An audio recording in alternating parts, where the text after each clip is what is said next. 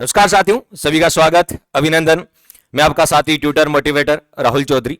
साथियों, आज अपन एक और मेरे साथी है जिनका इंट्रोडक्शन कराने वाला हूं, आपसे इंट्रोड्यूस कराने वाला हूं कि इनका सब इंस्पेक्टर का इंटरव्यू है वो कैसा रहा। आरपीएससी के बाहर और आरपीएससी के अंदर अभी हाल ही में आरपीएससी के सब इंस्पेक्टर इंटरव्यू को लेकर कैसा माहौल है उस पर भी अपन चर्चा करेंगे।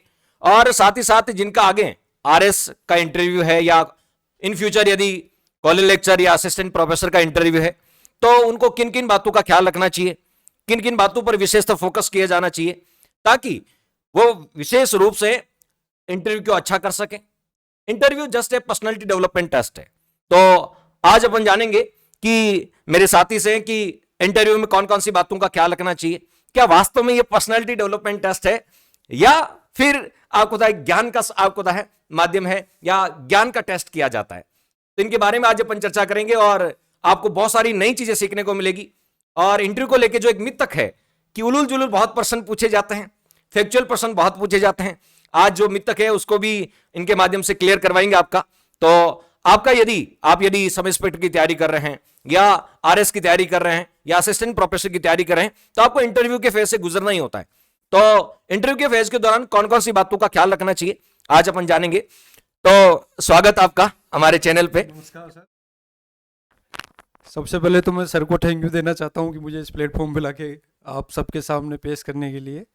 और दूसरी चीज़, आपको भी आने वाले इंटरव्यूज़ के लिए कुछ सजेशंस हम सर और मैं दोनों मिलकर आपको कुछ बताएंगे और वर्तमान में आरपीएससी में कैसे क्या चल रहा है इंटरव्यू का प्रोसेस, वो सारी चीज़ आज जब डिस्कस करने वाले हैं। तो सबसे पहले एक मिथ रहता है कि इंटरव्यू से कितने दिन पहले तक और कौन कौन सी तैयारी करनी चाहिए, और बहुत सारे लोग मॉक टेस्ट को लेके भी रहते हैं कि मॉक देने चाहिए कि नहीं देने चाहिए, या एग्जाम के दौरान इंटरव्यू सेशन के दौरान वो मॉक कितने हेल्पफुल रहते हैं।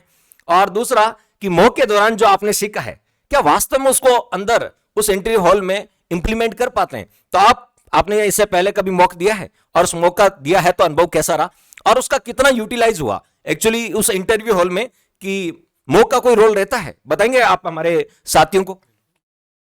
बिल्कुल, देखिए जो इंटरव्यू का प्रोसेस है उसकी तैयारी तो आप जब रिटर्न एग्जाम की तैयारी स्टार्ट करते हो तभी से शुरू हो जाती है। लेकिन बेसिकली जब एग्जाम लग जाता है रिटर्न, उसके बाद आपको करंट पे थोड़ा ज़्यादा फोकस होना चाहिए। न्यूज़पेपर में क्या घटनाक्रम चल रहा है वो आपको पता होना चाहिए। इसके साथ ही आप मॉक इंटरव्यू देते हो तो उसका मेरे हिसाब से कोई ज़्यादा इफेक्ट नहीं पड़ने वाला है, क्योंकि आप जो एक्चुअल में हो वही चीज़ वहाँ अपने आप सामने आती है। आप बनावटी कुछ भी चीज़ नहीं दिखा सकते वहाँ पे, जो आप एक्चुअल हो वही चीज़ वहाँ पे होगी। कहने का मतलब इन्होंने कहा कि मॉक देने चाहिए, लेकिन मॉक 4 से 5 मॉक इनफ होते हैं। जो हमारा और इनका भी मानना है कि 4 से 5 मॉक से हमें यह पता लग जाता है कि अपने को प्रेजेंट कैसे करना है, अपने में क्या कमियां हैं। तो अपन 4 से 5 मॉक इनफ मानते हैं। उससे ज्यादा मॉक से आप भ्रमित भी हो सकते हैं, क्योंकि अलग अलग बोर्ड अलग अलग तरह के प्रश्न करेंगे, कई बार आप डिमोरलाइज भी हो जाते हैं। क्या मुझे ये बताओ कि आपका इंटरव्यू था आज, उससे कितने दिन पहले मॉक देना चाहिए आपको, या आपने कितने दिन पहले मॉक दिया था। मैंने जैसे इंटरव्यू की डेट आई थी तभी से मॉक देना स्टार्ट कर दिया था। स्टार्टिंग में 4-5 मॉक दिए, उसके बाद फिर अपने आप को स्टेबल किया, रोका, और उसके बाद फिर डायरेक्ट यहाँ पे आरपीएससी इंटरव्यू दिया। फिर उसके बाद मैंने बीच में कोई और मॉक नहीं दिया। और जो करंट है उसको ज़रूर रेगुलर अपडेट रखें, क्योंकि बहुत बेसिक आपको कॉन्फिडेंस देती है ये चीज़। देखिए, आज अपन जानेंगे कि आपके किसका बोर्ड था, किस प्रकार के प्रश्न पूछे गए, और इंटरव्यू हॉल के जस्ट बाहर बैठने का अनुभव क्या रहा होगा आपका। इन बातों पे बात करेंगे। तो आज बताएंगे आप किसका बोर्ड था, किस प्रकार के प्रश्न आपसे पूछे गए। जी, मेरे अपने राठी जी सर का बोर्ड था, चेयरपर्सन वही थे और 3 मेंबर्स और थे, उनको तो मैं फिलहाल जानता नहीं। लेकिन इंटरव्यू के दौरान जैसे ही मैं गया, अपना डीवी हुआ, उसके बाद लाइब्रेरी में डीवी हुआ, तो वहाँ से मेरा फर्स्ट नंबर ही था, सेकंड जो शिफ्ट थी उसमें, तो मुझे ज़्यादा वेट करना नहीं पड़ा और मैं अपना मॉक इंटरव्यू अपना इंटरव्यू देने गया। जैसे ही गया तो राठी जी सर ने सबसे पहले क्वेश्चन स्टार्ट कर दिए। स्टार्ट करते ही उन्होंने पहला क्वेश्चन यही पूछा कि आपने 10th कहाँ से की है और आपके 10th में अच्छे परसेंटेज मार्क्स है। फिर उसके बाद डायरेक्ट ग्रेजुएशन पूछा कि ग्रेजुएशन आपने कहाँ से की, कौन से स्ट्रीम में की। मैंने अपना स्ट्रीम बताया, तो फिर उन्होंने यही पूछा कि सिविल इंजीनियर करने के बाद आप एएन बन सकते थे, जेईएन बन सकते थे। आरपीएससी ने और बोर्ड ने अच्छी वैकेंसीज भी निकाली है, उसके बाद आप इधर क्यों आना चाहते हो। उसके बाद उन्होंने नेक्स्ट और कुछ भी क्वेश्चन पूछे, जैसे प्रशासन में ही क्यों आना चाहते हो। मैंने यही बोला कि सर मैं प्रशासन में आना चाहता था। ये तो उन्होंने प्रशासन पूछ लिया कि प्रशासन में क्यों आना चाहते हो, प्रशासन क्या है, फिर उन्होंने हवाला कारोबार पूछा, हवाला कारोबार क्या होता है, हेट स्पीच क्या होती है, ये चीज़ पूछी उन्होंने। हेट स्पीच का एग्जाम्पल पूछा उन्होंने कि रिसेंट में क्यों चर्चा में है ये। मैंने तो वैसे राहुल गांधी जी का नाम लिया था, मानहानि केस बताया, उन्होंने बताया कि वो हेट स्पीच नहीं, मानहानि के केस में है। उसके बाद उन्होंने बेसिकली ये पूछा कि वर्तमान में किस विभाग में कार्यरत हो। मेरे विभाग का नाम उनके पास शॉर्ट में लिखा हुआ था WRD, तो उन्होंने पहले तो पूरा नाम पूछा कि WRD का पूरा नाम क्या है, आप इसमें किस पोस्ट पे कार्यरत हो, और आपकी क्या कार्य भूमिका है वहाँ पे। देखिए, इंटरव्यू का एक सीक्वेंस होता है कि यदि आप जैसे जैसे आप 10th और 12th से आगे बढ़ते हैं तो ग्रेजुएशन फॉर्मेट में चले जाते हैं, और जो जो आप आंसर देते हैं उन्हीं से वापस कुछ ना कुछ आपको तय क्वेश्चन आपसे पूछे जाते हैं। तो इनसे भी जैसे कि आपने बताया कि आपके बोर्ड ने कहा था कि आपके अच्छे मार्क्स हैं, तो 10th में कितने परसेंटेज थे आपके? 10th में 88% मार्क्स थे। मतलब आप सोच रहे हैं कि ये जो हमारे सामने आज खड़े हैं ये 88% वाले हैं, ठीक है। आज तो 88% यूं ही बन जाते हैं, लेकिन उस समय में 10th आपने कब की थी? 2009 में। 2009 में इन्होंने 10th की थी, और उस समय 88% मायने रखते थे। तो ये मुझे बताओ कि आपने जो स्कूलिंग में आपके परसेंटेज रहे, क्या आपने कॉलेज में भी उसको बरकरार रखा था? RBSE से स्कूलिंग करने के बाद मैंने 11th में अपना स्ट्रीम चेंज की, मीडियम चेंज किया, और CBSE से 11th-12th करी। उसमें 75.66% मार्क्स थे। बीटेक में 75.12% मार्क्स थे। तो मेरे हिसाब से ये ग्रेजुएशन लेवल पे अच्छे मार्क्स है। तो इससे उम्मीद की जा सकती है कि आपके स्कूलिंग में अच्छी रही, कॉलेज भी में परसेंटेज अच्छे रहे। तो आप जब सब इंस्पेक्टर इंटरव्यू देने आए, तो एक पुलिस फोर्स में जब आप इंटरव्यू देने आए, तो आपने अंदर जो महसूस किया कि आपके हवाला कारोबार के क्वेश्चन पूछे गए, तो क्या आपका हवाला कारोबार से कोई संबंध था, मतलब, या आपने हवाला कारोबार से इनडायरेक्ट वे में आपसे कोई प्रश्न पूछा गया? उन्होंने डायरेक्ट हवाला कारोबार के बारे में पूछा कि हवाला कारोबार क्या होता है। तो ये रिसेंटली क्या न्यूज़पेपर में चलती रहती है, ये टर्म्स होती है, हेट स्पीच हो गया, हवाला कारोबार हो गया, ये न्यूज़पेपर वाली टर्म्स है, आप इनको बुक्स में नहीं पढ़ सकते। तो इसलिए न्यूज़पेपर तो यूं मानो कि बेसिक है इंटरव्यू के लिए। यानी आपसे इंटरव्यू ऐसा नहीं कि बहुत सारे विद्यार्थी, मैं आपको बताना चाहूंगा, करंट अफेयर्स को फैक्चुअल पढ़ते हैं, ठीक है। इंटरव्यू में आपके जो फैक्चुअल करंट अफेयर्स को चेक नहीं किया जाता है, आपके कंसेप्ट कितने अच्छे हैं, कि आप उस न्यूज को कैसे एनालिसिस कर पा रहे हैं, वो इंपॉर्टेंट है आपके लिए।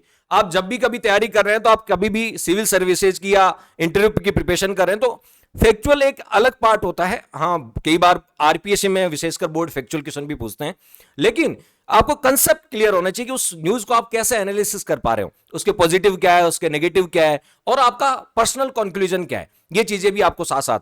अब दर्शकों को ये बताना चाहेंगे कि आप इंटरव्यू आपका अच्छा रहा, कि आपको, लेकिन इंटरव्यू के दौरान कभी अप एंड डाउन आपको ऐसा फील हुआ कि मेरा इंटरव्यू में और अच्छा कर सकता था? कि इंटरव्यू में ऐसा चलता है कि आप किसी प्रश्न का आंसर नहीं दे पाते, तो वो जहन में 7 साल चलता है, ठीक है, कि यार मैं उसका और अच्छा आंसर दे सकता था, तब तक दूसरा प्रश्न आ जाता है।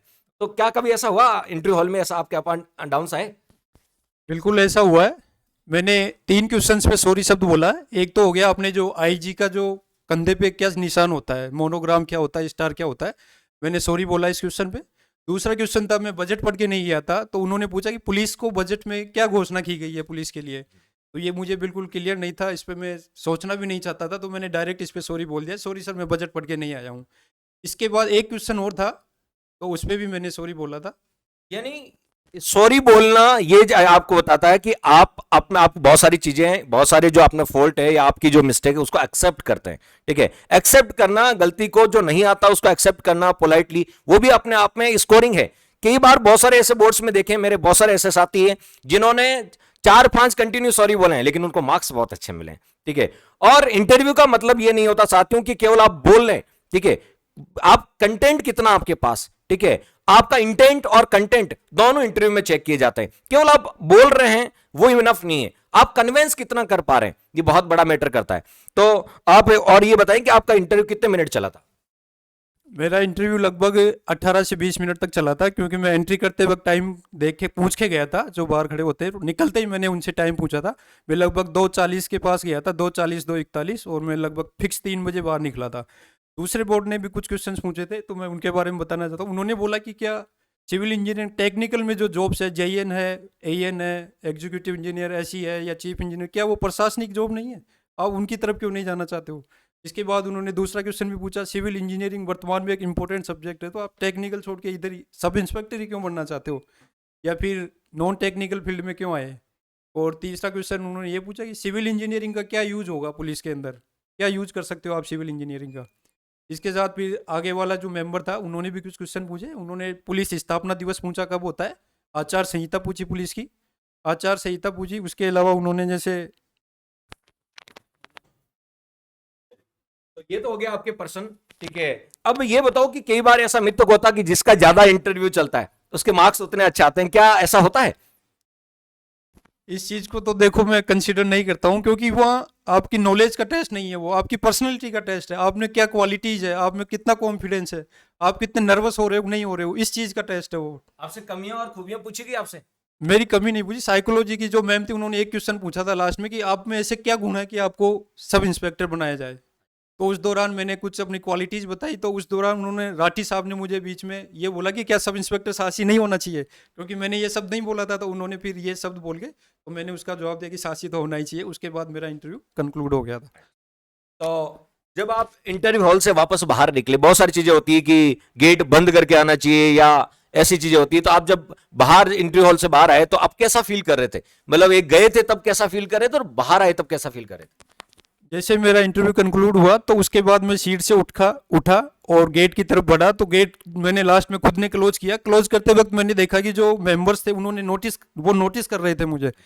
वो नोटिस करते हैं लास्ट तक। तो ये चलिए, आई होप कि आपका इंटरव्यू बहुत अच्छा हुआ होगा।